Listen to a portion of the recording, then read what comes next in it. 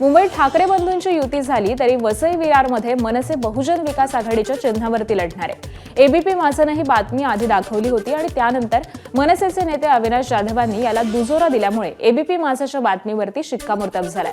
वसई विरारमध्ये मनसे बवियाच्या शिट्टी या चिन्हावरती निवडणूक लढवणार आहे, तर ठाकरेंची शिवसेना वसई विरार पालिकेची निवडणूक ही स्वबळावरती लढणार असल्याची माहिती मिळते।